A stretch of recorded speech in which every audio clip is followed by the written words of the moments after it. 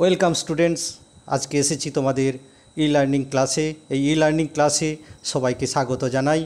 আজকের ক্লাসে থাকছে অর্থাৎ আজকের এই ভিডিওতে আমরা দেখব অনাক্রমতার ধারণা, অনাক্রমতা বিষয়ক কিছু শব্দ, অ্যান্টিজেন এবং অ্যান্টিবডি আর অনাক্রমতার প্রকারভেদ।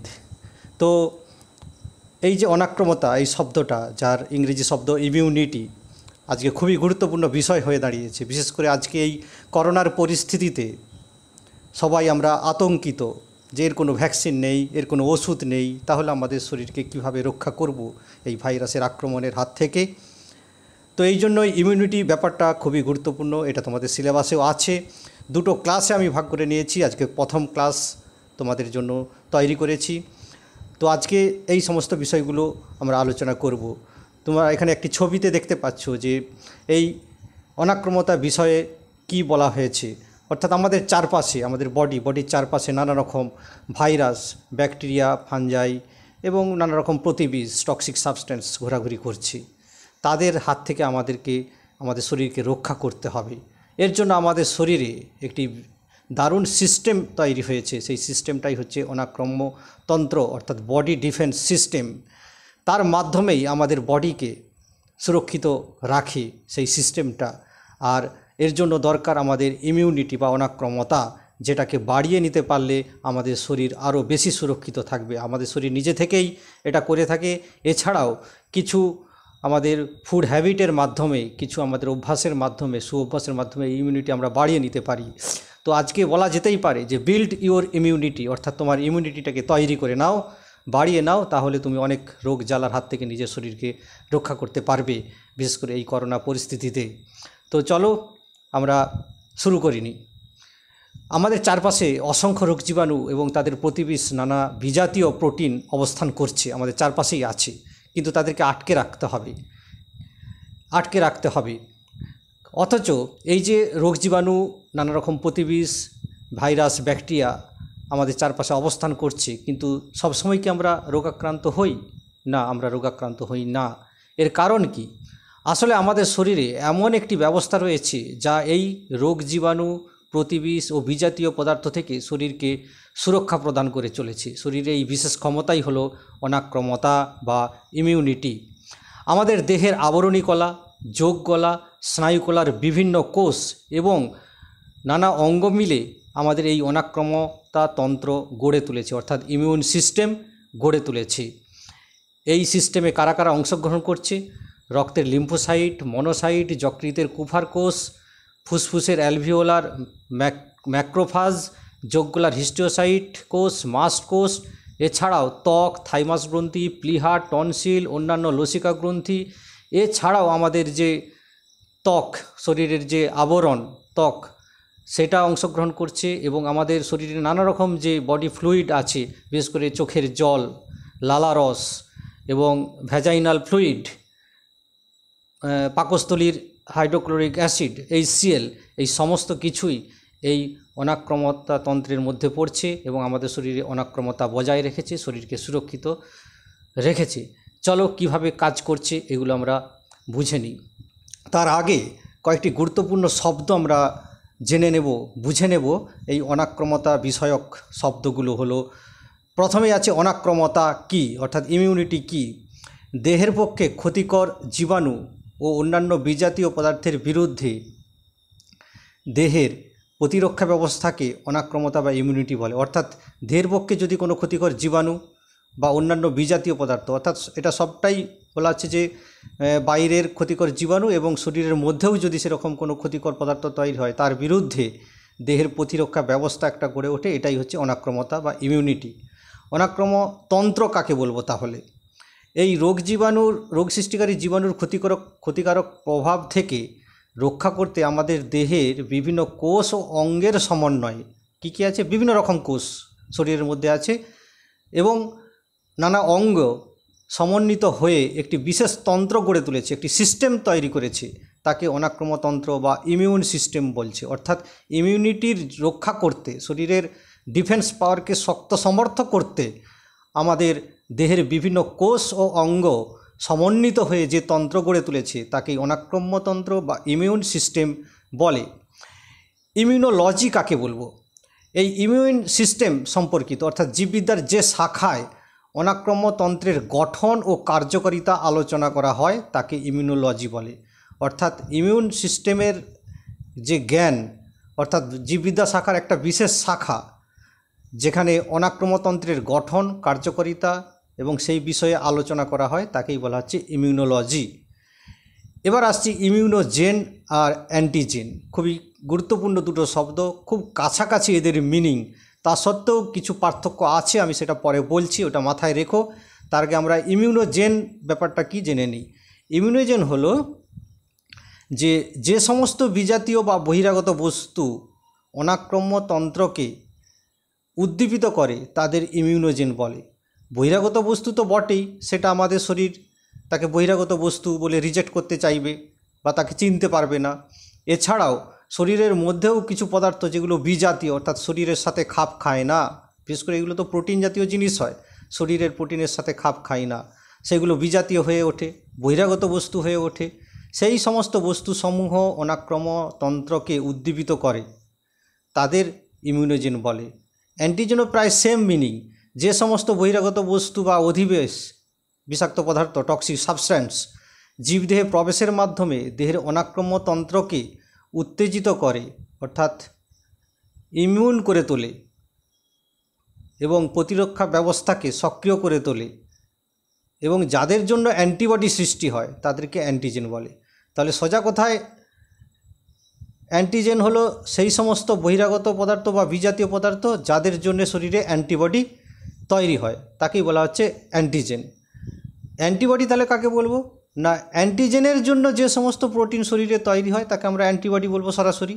ভালো করে বললে কি হয়, প্রতিবিষ বা জীবাণুনিহিত অ্যান্টিজেনের বিরুদ্ধে যেসব প্রোটিনের আবির্ভাব ঘটে আমাদের দেহে এবং যারা জীবাণু বা তাদের দেহ থেকে নিঃসৃত প্রতিবিষকে বিনষ্ট করে তোলে তাদেরকে অ্যান্টিবডি বলে। তাহলে এই সমস্ত শব্দগুলো আমরা বুঝতে পারলাম। আমি একটু আগে বললাম যে ইমিউনোজেন এবং অ্যান্টিজেন ব্যাপারটা একটু কাছাকাছি আছে, সেটা আমি বলবো। আরও দুটো শব্দ পড়ে নিই, এপিটোপ ও প্যারাটোপ। এগুলো কি? এগুলো বিশেষ একটা স্থান, অ্যান্টিজেন অ্যান্টিবডির বিশেষ স্থান। এপিটোপটা প্রথমে বলছি। অ্যান্টিজেনের যে নির্দিষ্ট অংশে অ্যান্টিবডি আবদ্ধ হয় তাকে বলা হচ্ছে এপিটোপ, আর লিম্ফোসাইট ও অ্যান্টিবডির যে নির্দিষ্ট অংশে অ্যান্টিজেনের এপিটোপ রাসায়নিক বন্ধন দ্বারা যুক্ত হয় তাকে বলা হচ্ছে প্যারাটোপ। ছবির মাধ্যমে বুঝে নিই, এটি অ্যান্টিজেন, একটা স্ট্রাকচার দেওয়া হয়েছে, আর এটি একটি অ্যান্টিবডি ওয়াই শেপড স্ট্রাকচার। আমরা পরে তার গঠন প্রকৃতি জানবো, মোটামুটি জেনে নাও ওয়াই শেপড স্ট্রাকচার অ্যান্টিবডি। আর এখানে একটা বিজাতীয় বস্তু বা বাহ্যিক বস্তু বা অ্যান্টিজেন আছে। তার একটি বিশেষ গঠন, এই যে কালো বর্ডার দিয়ে দেখিয়ে দেওয়া হয়েছে, একটি বিশেষ গঠন বা স্ট্রাকচার আছে, যে স্ট্রাকচারটা অ্যান্টিবডির একটি বিশেষ স্ট্রাকচারের সঙ্গে খাপ খায় যাতে সহজে বন্ধনে আবদ্ধ হতে পারে।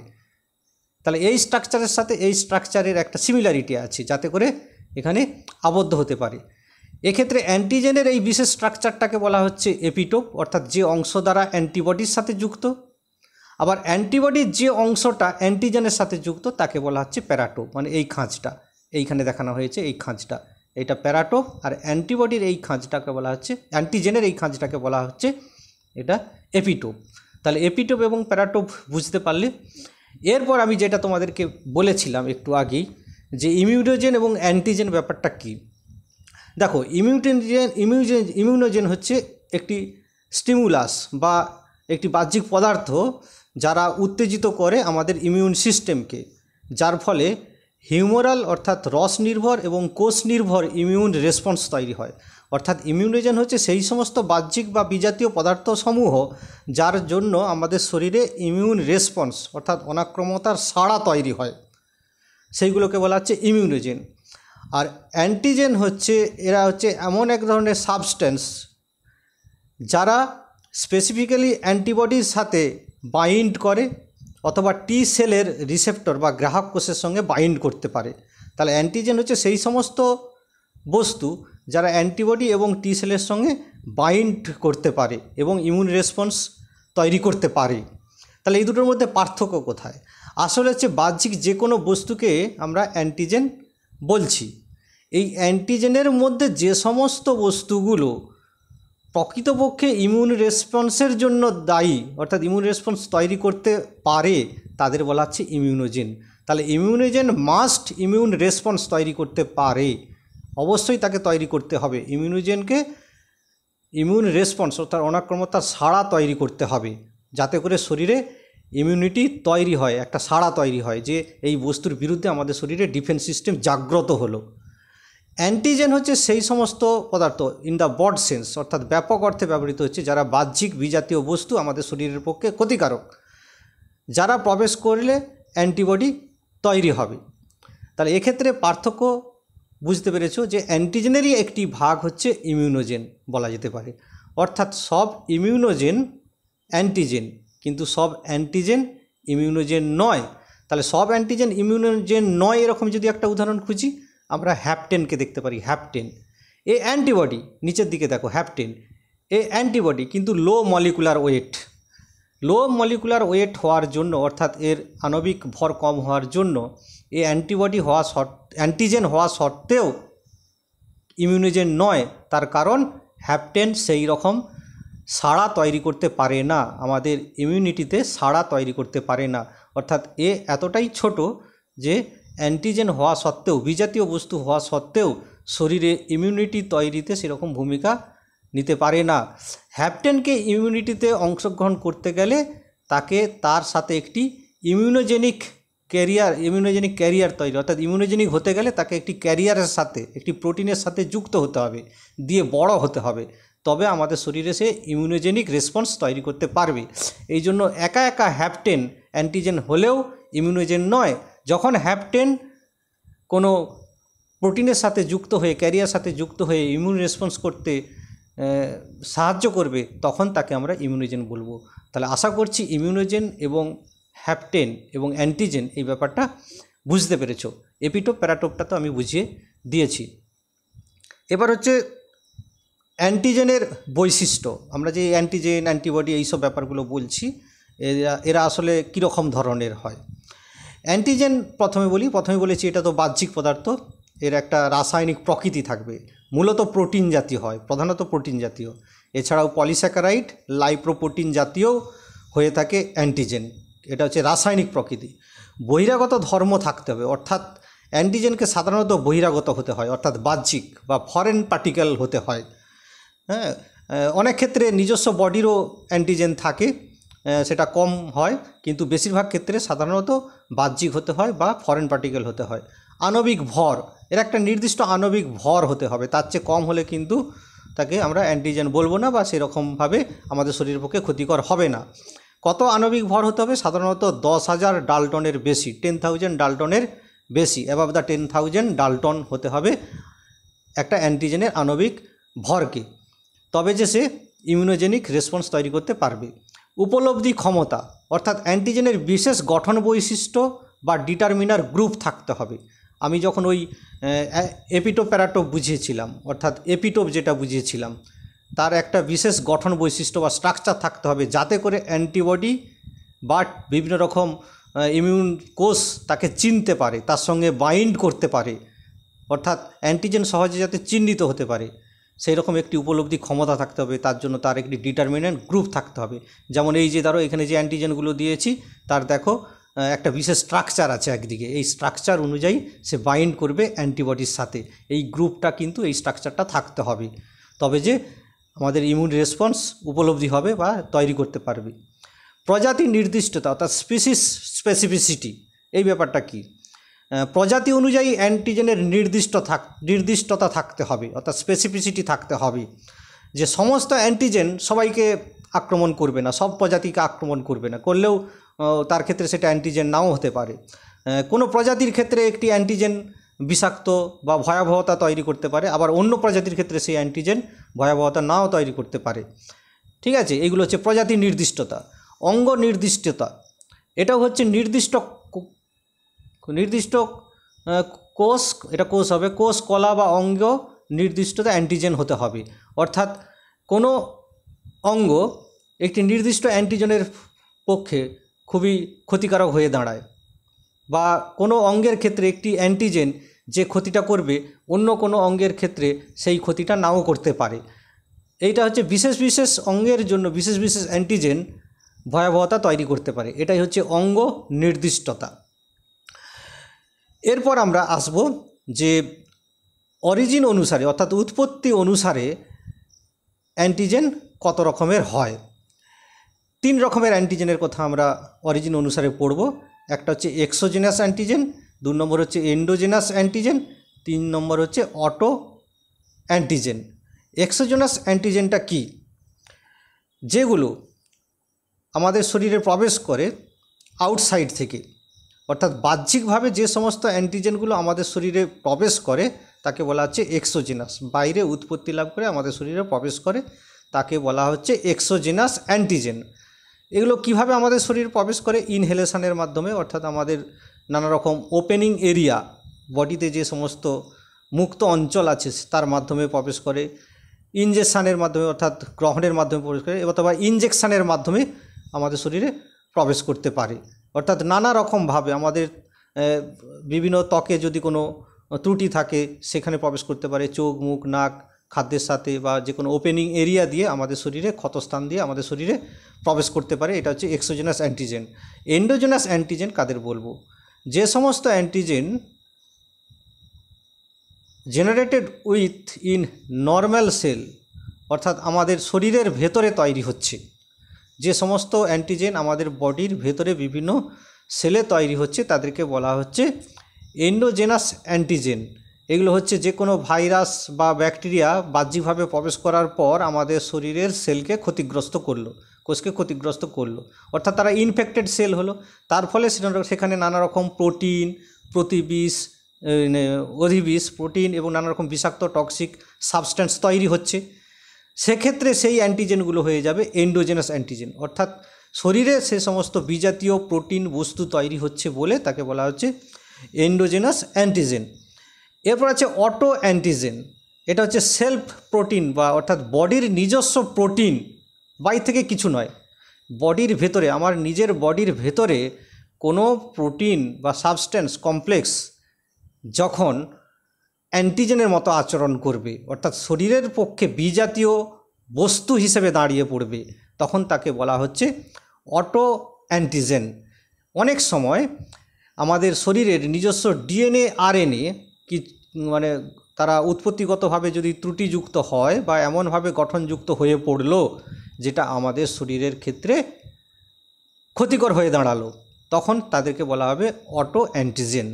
তাহলে অরিজিন অনুসারে 3 রকম অ্যান্টিজেনের কথা আমরা জানলাম: এক্সোজেনাস অ্যান্টিজেন, এন্ডোজেনাস অ্যান্টিজেন আর বলো অটো অ্যান্টিজেন। এবার হচ্ছে অ্যান্টিবডির গঠন। এখানে যে ছবিটা দিয়েছি ওটা ভালো করে লক্ষ্য করবে আর এই লেখাগুলো তোমরা অনুধাবন করবে, তাহলে সহজেই বুঝতে পারবে। অ্যান্টিবডি প্রথমেই বলেছি দেখতে ওয়াই শেপড আকৃতির, একটা স্ট্যান্ডার্ড বা আদর্শ অ্যান্টিজেন অর্থাৎ আইজি, যাকে বলা হচ্ছে ইমিউনোগ্লোবিউলিন। কারণ অ্যান্টিবডি তো ইমিউনোগ্লোবিউলিন প্রোটিন জাতীয়, তাই আমরা অ্যান্টিবডি বা ইমিউনোগ্লোবিউলিন বলেছি। এটি ওয়াই শেপড হয়, এই যে ওয়াই, ইংরেজি অক্ষরের ওয়াই শেপড। এতে কি কি থাকে? 4টি পলিপেপটাইড শৃঙ্খল। পলিপেপটাইড শৃঙ্খল মানে অনেকগুলো পেপটাইড চেনের মতো, অর্থাৎ শৃঙ্খলের মতো পরপর সজ্জিত হয়ে পলিপেপটাইড চেন তৈরি করে। 4টি পলিপেপটাইড চেন কোথায়? 1, 2, 3, 4। এর মধ্যে এই যে এইটা এখান থেকে গোটাটাই একটি চেন, এইটি একটি বড় চেন, তার সঙ্গে এই একটি ছোট চেন আর এই একটি ছোট চেন। তাহলে মোট কটা চেন আছে পলিপেপটাইড চেন? 4টি। 1, আর এটা 2 নম্বর, আর এটা 3 নম্বর, আর এটা 4 নম্বর। এই তার মধ্যে এই ভেতরের দিকে যে চেনটি দেখতে পাচ্ছ এটা অনেক বড় এবং ভারী, এটাকে বলা হচ্ছে এইচ চেন বা হেভি চেন। এইচ চেন বা হেভি চেন, এই যেখানে লিখে দিয়েছি হেভি চেন। আর দুদিকে দুটো ছোট চেন আছে, এদেরকে বলা হচ্ছে লাইট চেন। কেন না? এরা কম পলিপেপটাইড আছে। এদের মধ্যে আছে বড় চেনে আছে 400 পলিপেপটাইড, তাহলে এখানে 400, এইখানে 400, আর ছোটোগুলোয় আছে 200টি করে পেপটাইড, অর্থাৎ 200টি করে পেপটাইড আছে, আর ভেতরের বড়গুলো হেভি চেনে আছে 400টি করে। ঠিক আছে, অর্থাৎ প্রতিটি ভারী শৃঙ্খল 400টির বেশি অ্যামাইনো অ্যাসিড নিয়ে তৈরি, আর হালকা শৃঙ্খল দুদিকে যে ছোট লাইট চেন আছে তারা প্রায় 200টি করে অ্যামাইনো অ্যাসিড নিয়ে গঠিত। এবার ভারী ও হালকা শৃঙ্খলের মধ্যে বা চেনের মধ্যে দুটো সুস্পষ্ট অঞ্চল আছে। কি কি অঞ্চল আছে? একটি আছে এই অঞ্চল, এটাকে বলা হচ্ছে ভেরিয়েবল রিজিয়ন বা পরিবর্তনশীল অঞ্চল।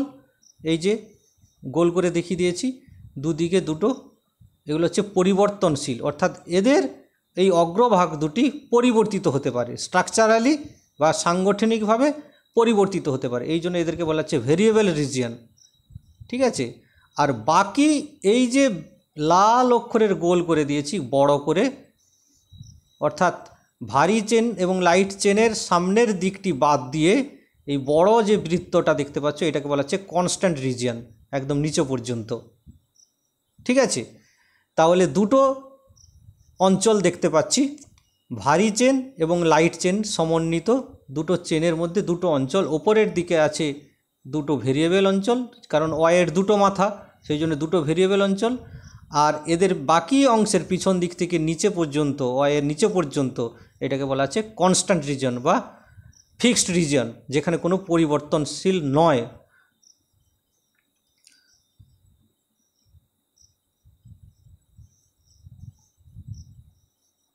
এইবার দেখো এই যে ভেরিয়েবল রিজিয়ন, এই অঞ্চলটা যে ভেরিয়েবল রিজিয়ন অর্থাৎ পরিবর্তনশীল অঞ্চল, এই অঞ্চলে হচ্ছে অ্যান্টিজেন বন্ধনে আবদ্ধ হতে পারে। এই অ্যান্টিজেন আবদ্ধ হওয়ার জায়গা হচ্ছে এই পরিবর্তনশীল রিজিয়ন। আর বাকি এই অঞ্চলটা, এই গোটাটা, এটা হচ্ছে অপরিবর্তনশীল বা কনস্ট্যান্ট রিজিয়ন। ঠিক আছে। এবার এই অ্যান্টিবডির যে দুটি অভিন্ন অর্ধাংশ, এরা পরস্পর নিজেদের সাথে ডাইসালফাইড বন্ধন দ্বারা আবদ্ধ। ডাইসালফাইড, এও এর সাথে ডাইসালফাইড বন্ধন দ্বারা এবং এও এর সাথে ডাইসালফাইড বন্ধন দ্বারা আবদ্ধ। প্রত্যেক অর্ধাংশ ভারী এবং হালকা শৃঙ্খল, তারাও হচ্ছে ডাইসালফাইড বন্ধন দ্বারা আবদ্ধ। এবার অ্যান্টিবডির যে দুটো ভারী শৃঙ্খলের প্রথম এবং দ্বিতীয় এই অঞ্চলটা, এই যে সি অঞ্চল অর্থাৎ দ্বিতীয় সি অঞ্চল মাঝে যে সন্ধি অঞ্চল আছে, এটাকে বলা হচ্ছে হিঞ্জ রিজিয়ন। এই অঞ্চলটি উৎসেচক ও রাসায়নিক বিক্রিয়ায় সাড়া প্রদান করে। তাহলে এই ওয়াইয়ের মাথা যেখানে যুক্ত হয়ে একটা কমন জায়গা স্পেস তৈরি করেছে, এই অঞ্চলটিকে বলা হচ্ছে হিঞ্জ রিজিয়ন। আমি এখানে লাল করে দেখিয়ে দিয়েছি এই অঞ্চলটা, এটা হচ্ছে হিঞ্জ রিজিয়ন। তাহলে এই হলো অ্যান্টিবডির গঠন বৈশিষ্ট্য। খুব সিম্পল করে ছবি দিয়ে পয়েন্ট আকারে বুঝিয়ে দেওয়া হয়েছে, তোমরা এভাবেই লিখতে পারো, ছবি আঁকতে পারো। এরপর আছে যেটা অ্যান্টিবডির প্রকারভেদ, যে আমরা অ্যান্টিবডি এত যে গঠন দেখলাম, এই রকম কত ধরনের অ্যান্টিবডি আছে। মানবদেহে 5 ধরনের অ্যান্টিবডি বা ইমিউনোগ্লোবিউলিন লক্ষ্য করা যায়। সেগুলো হলো আইজিজি, আইজিএ, আইজিএম, আইজিডি, আইজিই। এর মানে হচ্ছে ইমিউনোগ্লোবিউলিন জি, ইমিউনোগ্লোবিউলিন এ, এইভাবে এদেরকে নামকরণ করা হয়েছে। প্রথমে দেখো আইজিজি। আচ্ছা, তার আগে তোমাদের এই যে 5 ধরনের যে অ্যান্টিবডি আছে তার একটু স্ট্রাকচারগুলো দেখে নাও, তোমাদের বুঝতে সুবিধা হবে। দেখো আইজিজি, আইজিই, আইজিডি, আইজিএম, আইজিএ, এদের মধ্যে যে স্ট্রাকচারগুলো দেখতে পাচ্ছ তোমরা ভালো করে লক্ষ্য করো। এইগুলো হচ্ছে এক একটা ইউনিট, এগুলো এক একটা ইউনিট। তাহলে আইজিএতে কটা ইউনিট আছে? 2টো ইউনিট আছে, এই জন্য একে বলা হচ্ছে ডাইমার। আইজিএ স্ট্রাকচারালি হচ্ছে ডাইমার, অর্থাৎ 2টো মনোমার, 2টো ইউনিট, এই একটা ইউনিট নিয়ে ডাইমার তৈরি করেছে। এইগুলো তাহলে এরা সিঙ্গেল, তাহলে এরা মনোমার, এরা গঠনগতভাবে মনোমার, একটি ইউনিট নিয়ে তৈরি। আর এইখানে দেখো 5টা আছে, 1 2 3 4 5, তাহলে এটা হলো পেন্টামার, অর্থাৎ 5টা ইউনিট দিয়ে তৈরি, 5টা মনোমার দিয়ে তৈরি। এরা হচ্ছে monomer. IgG, IgE, আইজিডি, short question পড়ে কিন্তু। পেন্টামার হচ্ছে IgM আর ডাইমার হচ্ছে IgA। এবার চলো 5টা অ্যান্টিবডি সম্পর্কে আমরা একটু জেনে নিই। প্রথমে আছে IgG। এই প্রকার অ্যান্টিবডি রক্তে বেশি পরিমাণে থাকে, রক্তে বেশি পরিমাণ মানে অনেক বেশি, প্রায় 80% থাকে। লসিকা এবং অন্ত্রেও এদের অবস্থান লক্ষ্য করা যায়। এরা সহজে প্লাসেন্টা অতিক্রম করে মাতৃদেহ থেকে ভ্রূণে স্থানান্তরিত হয়, ভ্রূণকে সুরক্ষা প্রদান করে। সাধারণভাবে ব্যাকটেরিয়া ও ভাইরাস ধ্বংস করতে সক্ষম। নোট দ্যাট, যে এখানে একটা গুরুত্বপূর্ণ কোশ্চেন, কোন ধরনের অ্যান্টিবডি সহজে প্লাসেন্টা অতিক্রম করতে পারে? IgG, ইমিউনোগ্লোবিউলিন জি। তাহলে এখানে শর্ট কোশ্চেন পেয়ে গেলে। কাজ কি? এরা ভ্রূণে সহজেই স্থানান্তরিত হতে পারে, তাদেরকে প্রোটেকশান দেয়, ব্যাকটেরিয়া ও ভাইরাস ধ্বংস করতে পারে। IgA, এরা মোটামুটিভাবে রক্তে থাকে এবং দুধের কলোস্ট্রামে বেশি থাকে, অর্থাৎ মাতৃদুগ্ধ।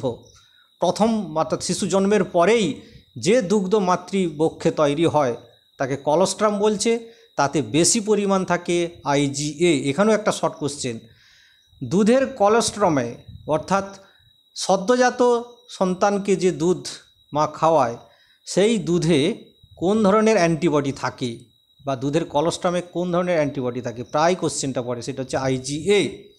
এছাড়াও ঘাম, অশ্রু, লালা ইত্যাদিতেও এই IgA থাকে। এরা জীবাণু অনুপ্রবেশে বাধা দেয়। ঠিক আছে, এটা প্রায় 10 থেকে 15% থাকে রক্তে। তারপর আছে IgM, এরা 5 থেকে 10% থাকে, আরও কম থাকে। সবচেয়ে বড় আকারের অ্যান্টিবডি, তার কারণ কি বলতো? এ হচ্ছে পেন্টামার, 5টা মনোমার দিয়ে তৈরি। আমি আগেই যে ছবিতে তোমাদেরকে দেখিয়েছি।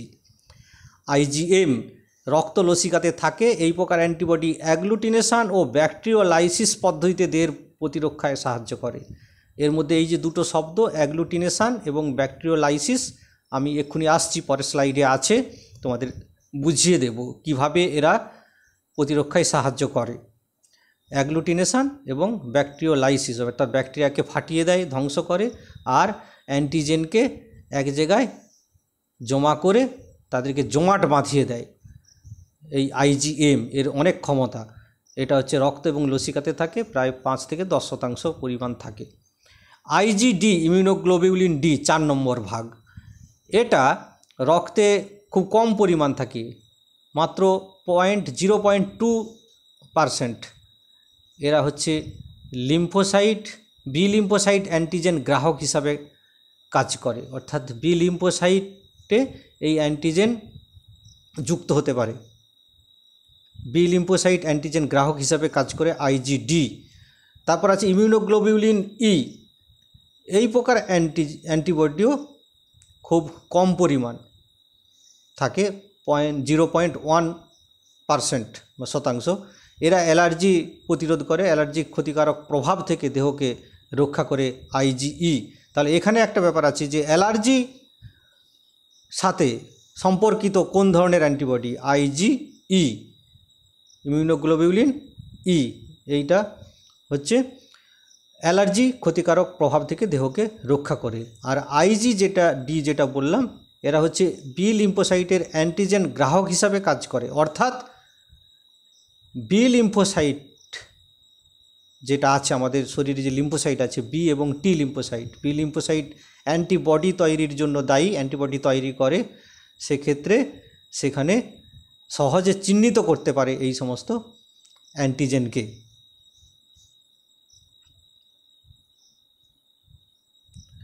এরপর আসছি অনাক্রমতা, তার প্রকারভেদ।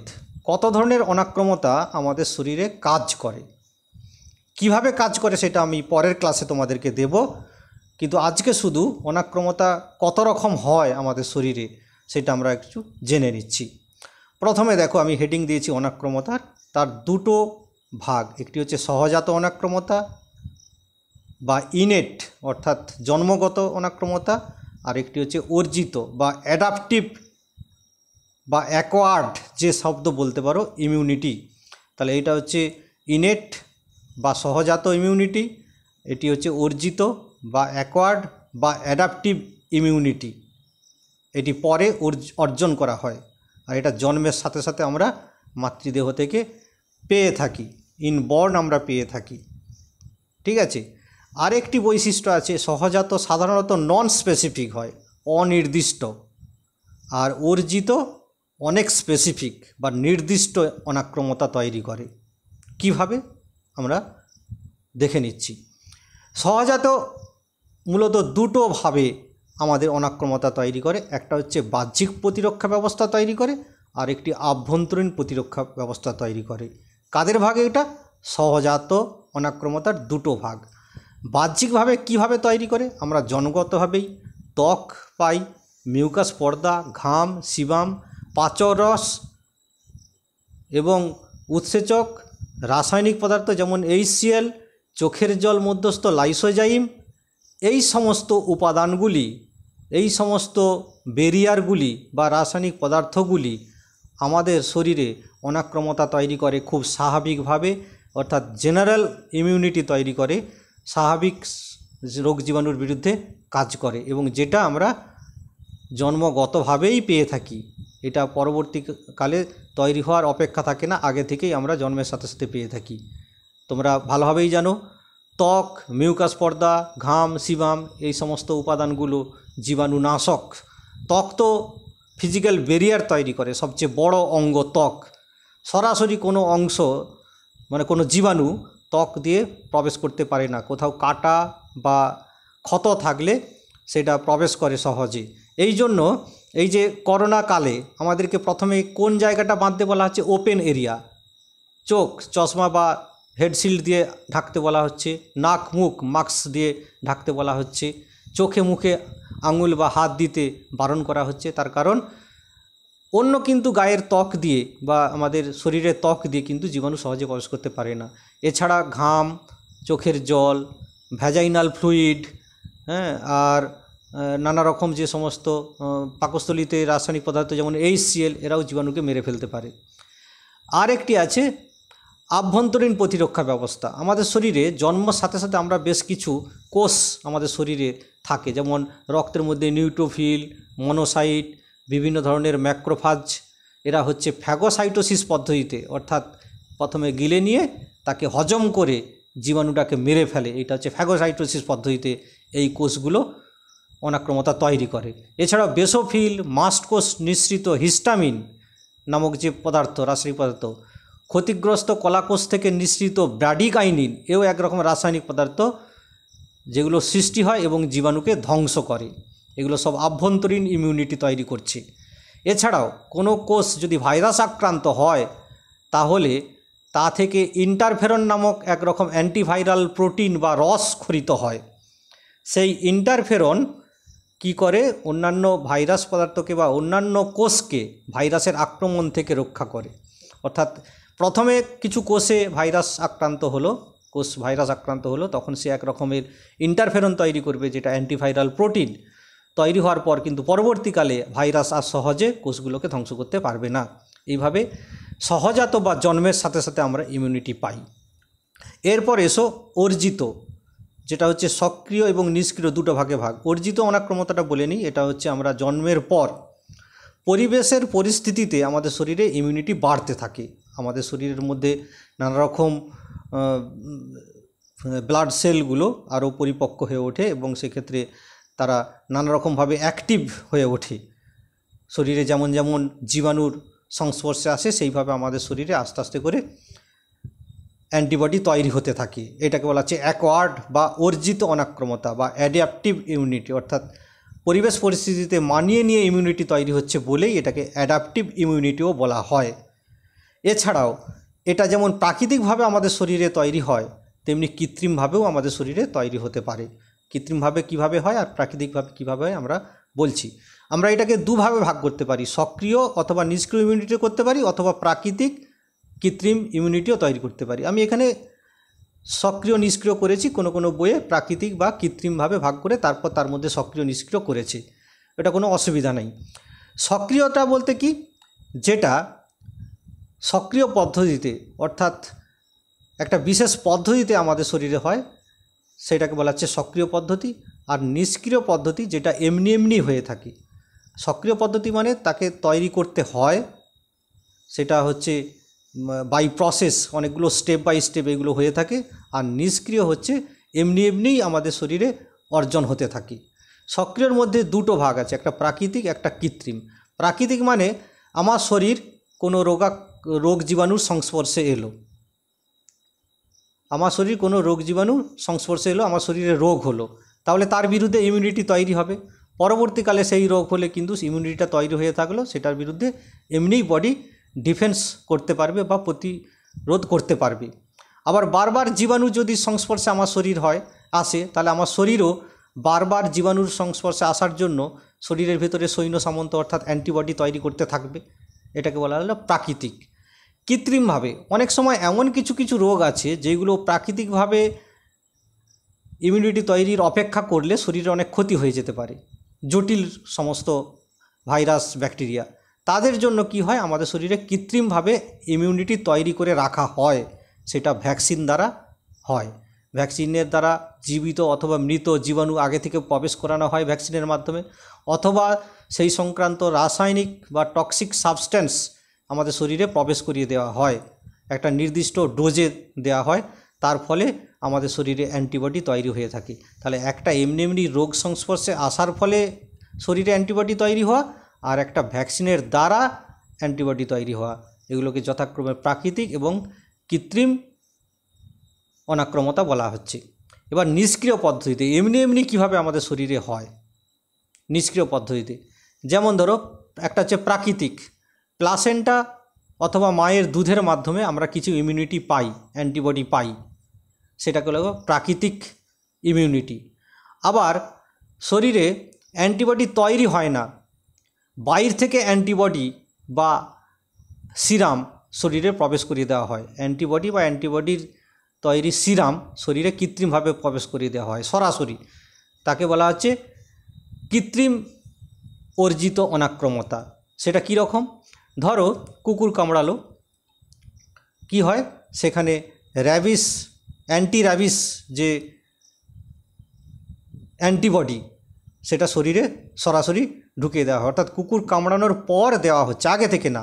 তার মানে কি, সেখানে সরাসরি অ্যান্টিবডি তৈরি করে, বাইরে তৈরি করে সেখানেও ওই ইঞ্জেকশনের মাধ্যমে আমাদের শরীরে ঢুকিয়ে দেওয়া হচ্ছে। এটা কৃত্রিমভাবে তৈরি হচ্ছে, কিন্তু সরাসরি অ্যান্টিবডি তৈরি হচ্ছে, ঢুকিয়ে দেওয়া হচ্ছে বলে এটাকে বলা হচ্ছে নিষ্ক্রিয় পদ্ধতি। অথবা সাপে কামড়ালো, তাহলে সেখানে কি দেওয়া হচ্ছে, সরাসরি সিরাম দিয়ে দেওয়া হয়, অর্থাৎ সেটাকে বলা হচ্ছে অ্যান্টিভেনম সিরাম, AVS, সরাসরি ঢুকিয়ে দেওয়া হচ্ছে প্রতিরোধ করবার জন্য।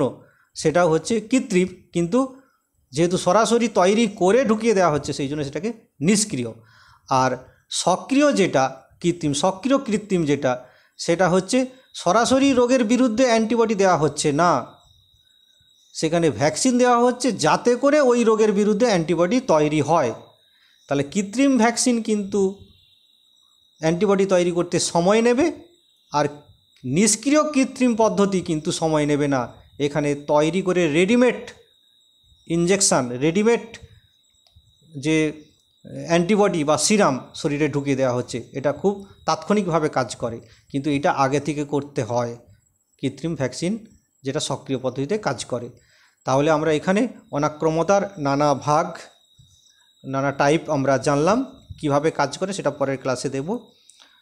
এরপর আর একটা জিনিস আছে যে অ্যান্টিজেন অ্যান্টিবডি ক্রিয়া কিভাবে কাজ করে। অ্যান্টিজেন অ্যান্টিবডি মূলত 4 ধরনে বা 4টি পদ্ধতিতে অ্যান্টিজেন অ্যান্টিবডি ক্রিয়ার মাধ্যমে আমাদের শরীরে জীবাণুর প্রতিরোধ হয়ে থাকে। প্রথম যেটা হচ্ছে অ্যাগ্লুটিনেশন বা দলবদ্ধকরণ।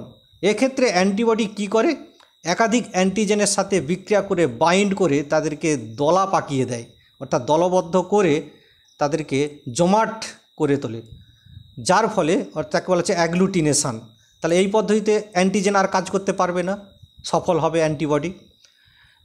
প্রেসিপিটেশন বা অধক্ষেপণ, এখানে অ্যান্টিবডি কি করে, অ্যান্টিজেনের সাথে বিক্রিয়া করে এমন পদার্থ তৈরি করে যে যারা অধক্ষিপ্ত হয়, নিচে থিতিয়ে পড়বে, অর্থাৎ সেক্ষেত্রেও অ্যান্টিজেন নিষ্ক্রিয় হয়ে যাবে। এই অ্যান্টিবডির এই রকম ক্রিয়াকে বলা হচ্ছে প্রেসিপিটেশন বা অধক্ষেপণ। 3 নম্বর হচ্ছে নিউট্রালাইজেশন বা প্রশমন। এক্ষেত্রে অ্যান্টিবডি কী করে? অ্যান্টিজেনের বিষাক্ত স্থানকে আবৃত করে ফেলে, ঘিরে ফেলে, তারপর জীবাণুর ক্রিয়াকে নিষ্ক্রিয় করে প্রশমিত করে তোলে। এটাকে বলা হচ্ছে নিউট্রালাইজেশন বা প্রশমন। 4 নম্বর পদ্ধতি কি? লাইসিস বা বিশ্লিষ্টকরণ, অর্থাৎ তাকে ভেঙে দেওয়া, ফাটিয়ে দেওয়া, ধ্বংস করে দেওয়া।